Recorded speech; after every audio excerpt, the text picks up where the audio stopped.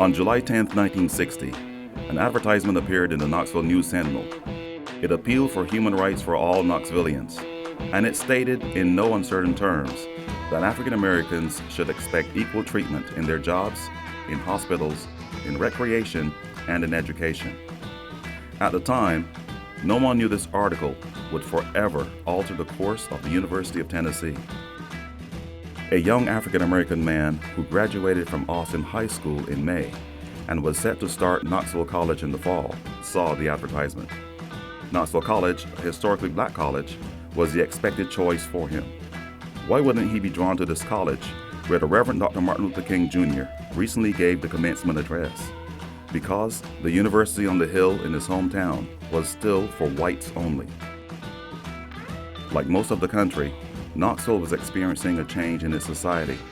Most businesses were segregated, but as the civil rights movement began to spread, citizens began to protest the unfair treatment of African Americans.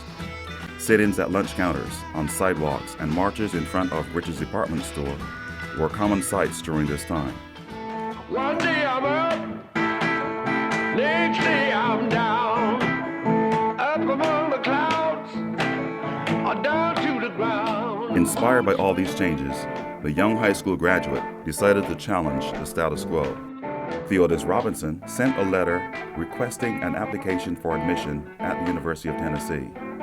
African Americans had been admitted to graduate school and the law school at UT in the 1950s, but there was no policy for undergraduate students, so his request was denied.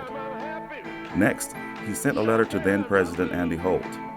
In that letter, he asked for immediate attention to his request for consideration as a UT applicant. The decision was put before the Board of Trustees, and in November 1960, UT policy was changed, and African Americans were admitted to the University of Tennessee. Theodis, Charles Blair, and Willie Mae Gillespie attended their first UT class on January 4, 1961.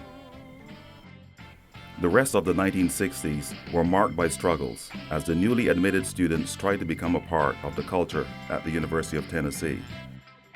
In the fall of 1961, university resident halls were integrated.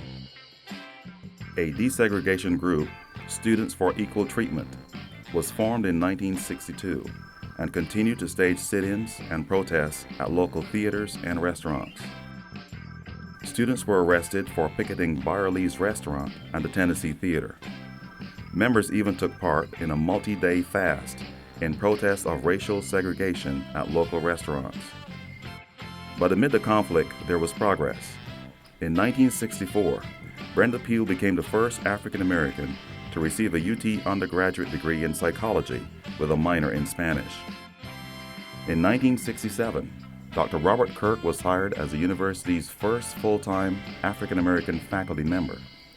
An internationally known expert in the field of safety, he was appointed as associate professor in the School of Health, Physical Education, and Recreation. In 1968, students first established a Black Student Union. Although not recognized as an official student organization at first, the union was an important step in empowering the students to take an active role in the university's culture. Also that year, Lester McLean became the first African American to receive a scholarship to play football for the Volunteers. He was also the first African American letterman in the Southeastern Conference.